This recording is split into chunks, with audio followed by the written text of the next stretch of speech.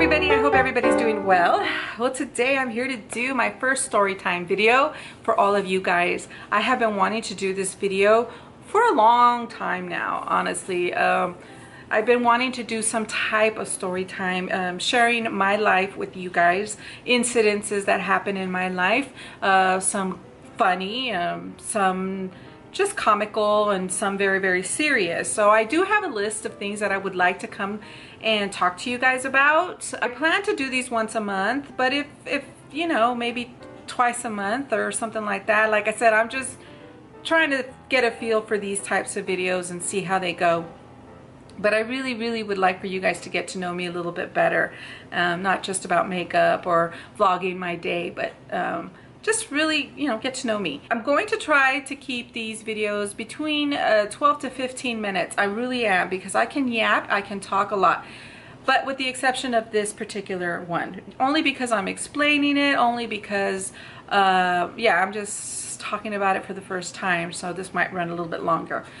This story time involves my little guy, who is now 9 years old, okay? His birthday is March 21st, and he is now 9. And this happened in 2011 when he just turned 3 years old. And it happened in April. And I remember it, oh my gosh, I remember like it was yesterday. It was very, very serious and very, very scary. My mom had come over the house. It was on a Thursday. She had come on a Wednesday, because that weekend, Friday, Saturday, and Sunday, my husband and I, we were going to go to a church retreat. And so she was there to watch the kids. So this happened to be a Thursday. I had just finished working out. My mom was in the kitchen making us some lunch, and my husband was in the front yard fixing my oldest truck, my oldest.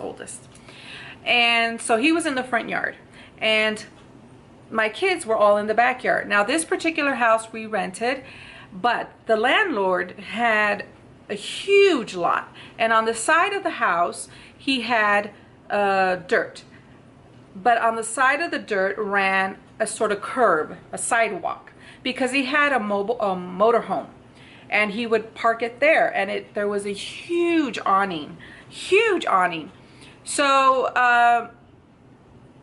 so that's how it was. It was more like it was really like a sidewalk with a curb, so that when he parked his motorhome in the back, you know, he had easy access to get into his motorhome. So the kids loved to play back there because there was an awning and it provided a lot of shade, etc. A friend of mine had given me some cowboy boots to give to my little guy, because he was into Toy Story at the time, and he really loved Woody. But these boots were a little too big for him. Okay, not a little, they were actually big for him. But I figured in the backyard, you know, he had his Woody hat, and he was pretending to be Woody. And my husband, being that he was fixing the truck in the front, left the big gate that opened up to go towards the backyard open, and to keep an eye on the kids. I was working out, mom was making lunch. Okay, so anyways, my little guy spots my husband, and he takes a run for it on the sidewalk, on that sidewalk. And basically he stepped on his own boot. One foot stepped on the other boot, and making him come to a complete stop. However, his body had inertia going, so his body was going, and he fell. Here's the curb. He fell, and he fell this way. Okay. When he let out a cry, my husband looked up and thought he cracked his head or hit his head pretty good, or, you know, he thought it involved his head. He runs towards him, and when he picks him up, he feels his leg sort of limp. You know, it wasn't, you know what I mean? Like, he felt something not right. I had just finished working out. I sat down. We had a breakfast bar. I sat down on the stool while my mom was finishing up, and he comes through the front yard and carrying my son. My son's crying, but he's not crying in like agony, but he's crying. You know what I mean? And my husband says, I think he broke his leg. And I mean, this is seconds, guys. Like, picture this in like a movie and fast forward, you know what I mean? And he comes, and I'm like trying to process this sitting there. My mom and I kind of looked at each other. He goes to my bedroom. I swear, seconds later, he comes with Evan in his hand. I was going towards the bedroom. He was coming out, and he says, I'm going to the emergency room. His leg doesn't feel right. I think he broke his leg. Now, I had no time to collect anything or anything. He says, I will call you. So he leaves. Once he gets to the hospital, things just happen really quickly. They take him in, like he went to the emergency room. They take him right away, quickly. And I don't hear nothing. I don't hear nothing. So I said, you know what? I'm gonna take a shower. I'm gonna take a shower, and I'm gonna be ready. You know, I had my mom's car. We had another car. I could have went to the hospital, but I thought, okay, no, they probably cast him up and sent him home. So I take a shower and I get a phone call. My husband says he broke his femur. And I'm like, what? He broke his femur. And I said, okay, so what? So what does this mean? And at that time, my husband says, I don't know if they're going to do surgery. They're thinking about transporting him because they don't have the facilities here to operate on him or anything. And I'm like, operate? You know what? Can't they just cast it? You know, I'm serious. This is so, you know what I mean? And I said, okay, I'll be right there. He says, no. Just hold put. Hold put. I'll call you here as soon as I find anything. He's okay. He's stable. They have an IV with some drugs to help for the pain. I said, okay. So I'm getting ready, and next thing I know, he calls me, says, you need to get over here now. They're transporting him to a hospital called Loma Linda, which is like a teaching hospital, and they're going to take him by ambulance. And I said, oh, I'm going, because now this is more than just, you know what I mean, the femur. At the time, guys, okay, I'm knowledgeable now, but at the time I'm thinking, well, just cast it, you know. I get to the hospital, and my husband's there waiting for me, and they had just pulled him out and ready to put him into the ambulance. And my husband says to me, I have to tell you something. And I said, what? He says, they called CPS on us. I'm like, why? You know, the people who were, you know, the EMTs that were loading my son into the ambulance, one of the nurses says CPS has been called. Now, my husband had already told me, and they were like, oh, okay. And you know, I had so many things going on, but my concern was my son. You know, I wanted to know more, like what's going on? You know, why all this, you know? So the ride was about a good hour to Loma Linda, and a good hour because plus an hour because there was traffic as well. It was raining that day, I remember. And we were in the ambulance, and I was being asked questions, and she would write down, and I'm like, you know, it was just really very uncomfortable. But my son was in and out because of the drugs. He was in and out. And so when we got to Loma Linda, and they were pushing him in, now the EMT told the doctor CPS has been called. Now I'm like, you know, hearing this and trying to focus on my son. Anyways, they tell me to leave the room, that they were just going to evaluate him, and then I would be able to come back in. And I didn't want to leave. There was so many doctors, but one of the doctors had said, okay, you can stay in here and just stay right here and things like that. And they examined him. About an hour later, my husband shows up, and I'm sitting there, and they're trying to figure out what to do with him because he's only 3 years old, and that type of surgery he's too young for to perform any surgery on him. They were afraid he wouldn't make it. Then they explained to me about the femur. and they explained to me, you know, the bone marrow and how you know, how dangerous it is to break a femur because you could bleed out. And they were very concerned that he would. And however, he did break the femur. He did. But it was more angled somehow. The doctors, they were trying to figure out how to best treat him being so young. Okay, we were there for hours. Okay, they were just stabilizing him, making sure he was fine.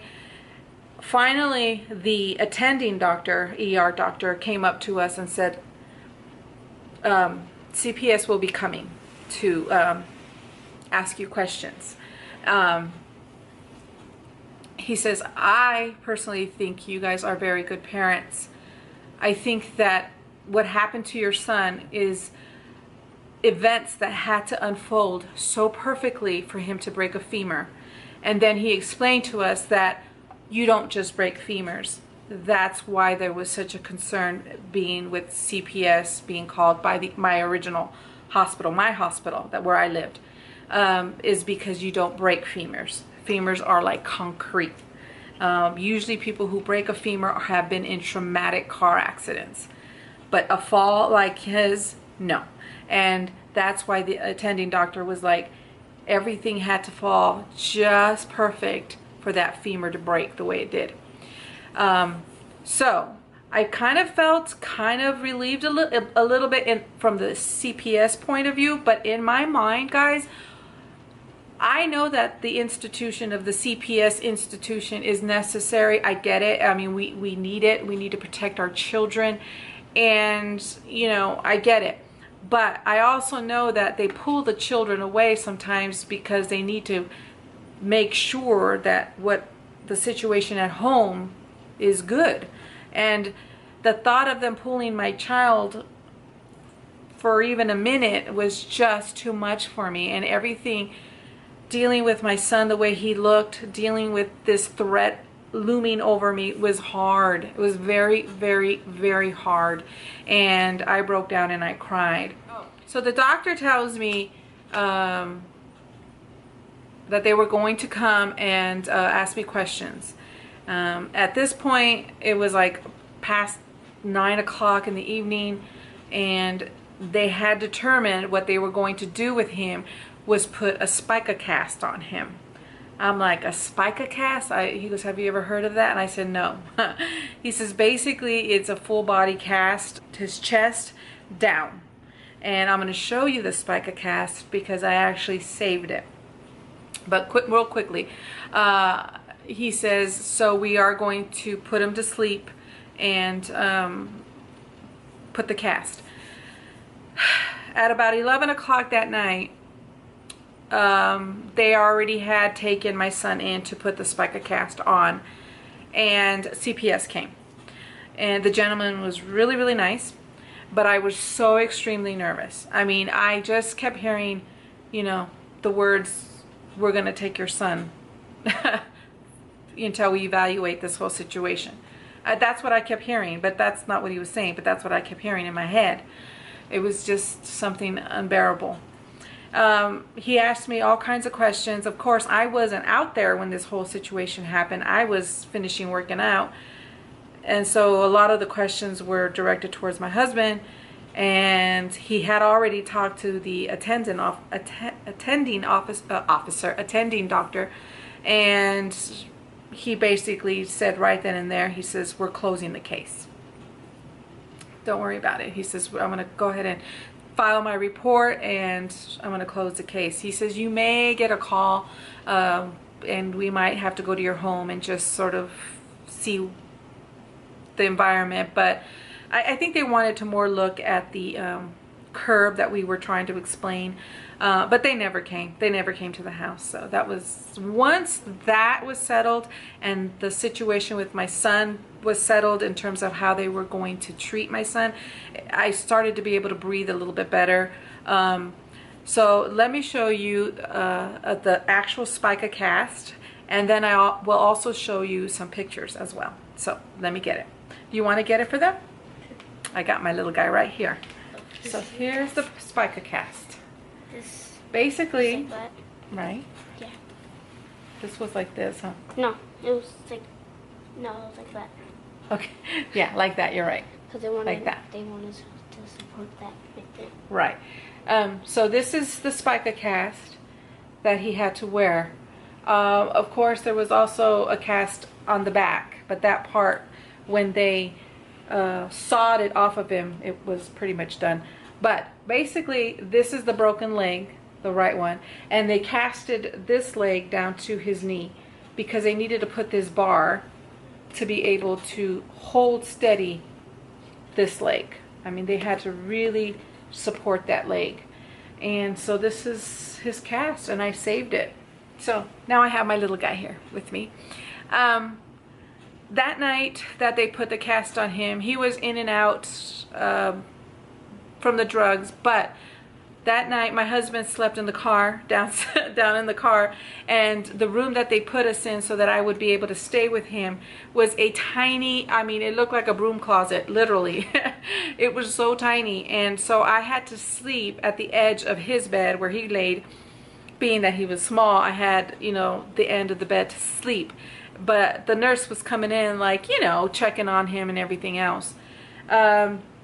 We went home the following day, and they had to teach me how to use the seatbelt. It was a special seatbelt where he had to lay down in the back, and I had to learn how to strap him in. It was actually pretty complicated, but I learned, and they had to, you know, see me put him in there, and then we were off. We got home, and everybody was anxious to see him and everything else. He stayed in the cast for 6 weeks. He was supposed to stay 8, but we went at 6 weeks, and they felt like, the doctor felt that it was good enough. We had to go back to Loma Linda, and it was the same doctor, the attending doctor, that saw him. You know, it was getting hot. Summertime was there, and it was getting very, very hot. And to be in that cast, he couldn't, you know, apparently, you know, he couldn't even, he had to crawl on his elbows to get around anywhere. That's when he learned really how to play video games. What? That's when he learned how to play video games. Yeah. So anyways, they took the cast off, and the doctor had a mask on, right? And he says, he warned us, he says, these things really, really smell when we take them off, because when the kids go to the bathroom, you know, it gets on the cast. And I'm like, I didn't let nothing get on the cast.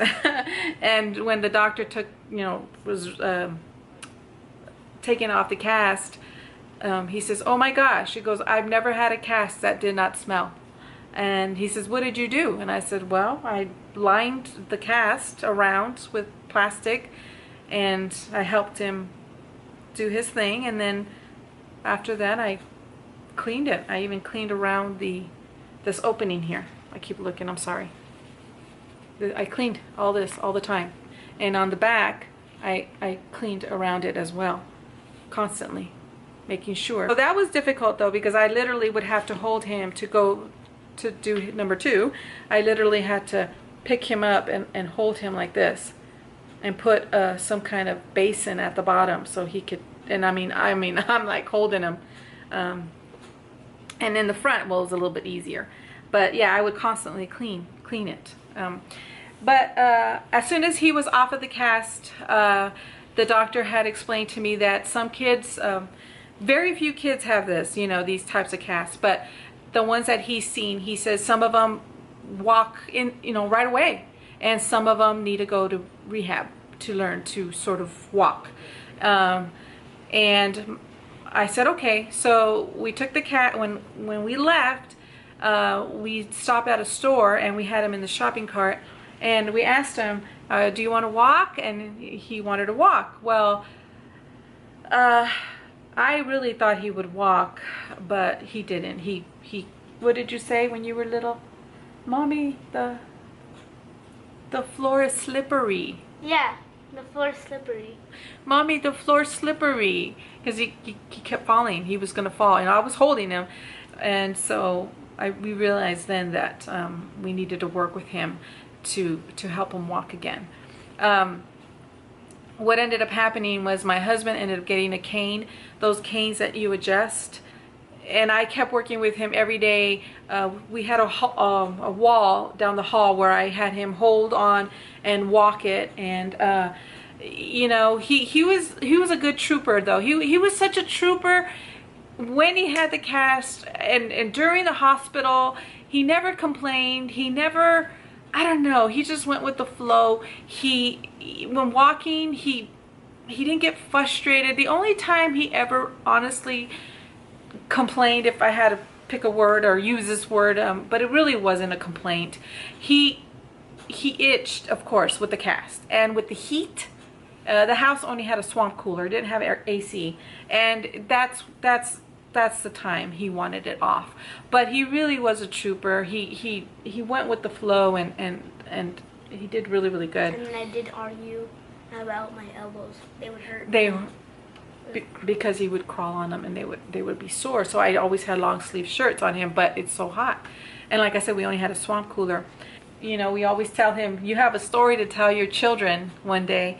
And of course, if he ever has to do a show and tell at school, he has the cast. How do you feel looking at the cast now? When you see this cast, how do you feel? I actually kind of miss it. I kind of miss it. Let me show you the back side. It's got the...